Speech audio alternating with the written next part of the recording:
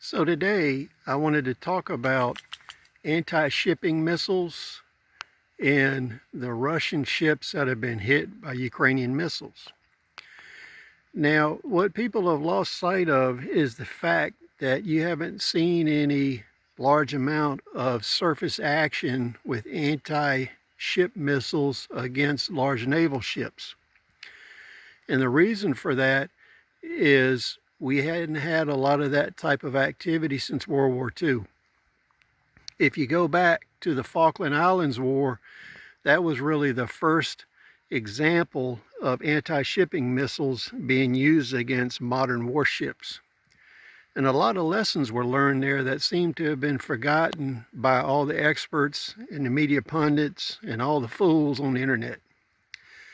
And that fact is, warships are full of fuel, ammunition, flammable material, explosive materials, and also a lot of them are made substantially of aluminum.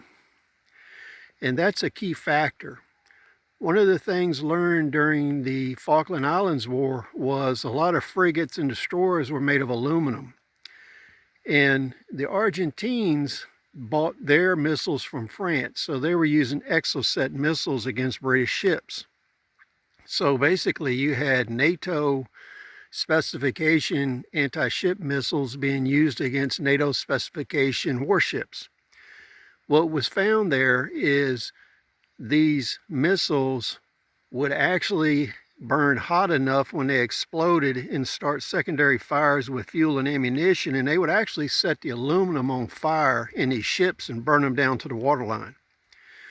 So you can see that during the Falkland Islands War, the British lost a lot of ships to Exocet missiles.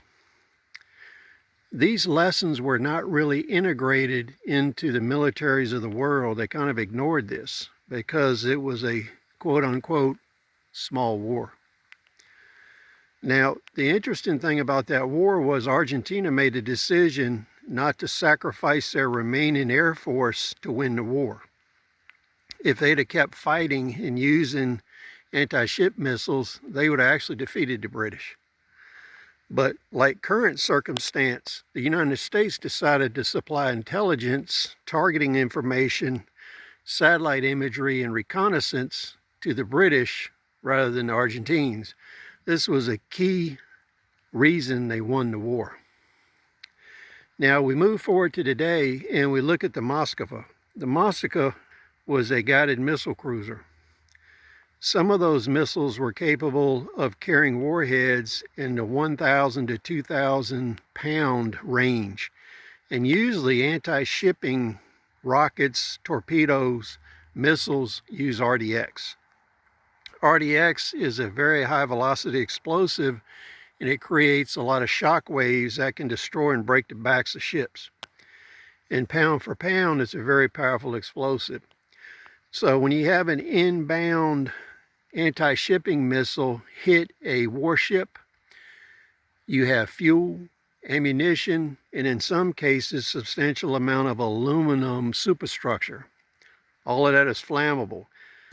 In some cases, that's what really kills a ship, is the secondary fires and the additional ammunition.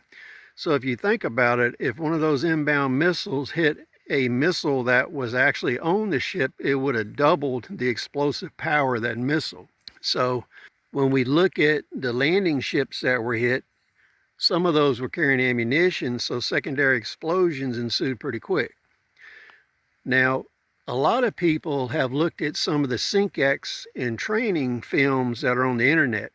They give you a very false impression of what happens when torpedoes, missiles, and bombs hit ships, because all of those ships have had the fuel, flammable material, and ammunition removed from them, and there's no people on them. And nobody figures in the actions of people in whether a ship sinks or not, apparently. So these are some of the reasons that the effect on the Russian ships are so severe, because they are carrying ammunition, fuel, people, and flammable materials. So please comment, rate, subscribe. We'll see you on the next video.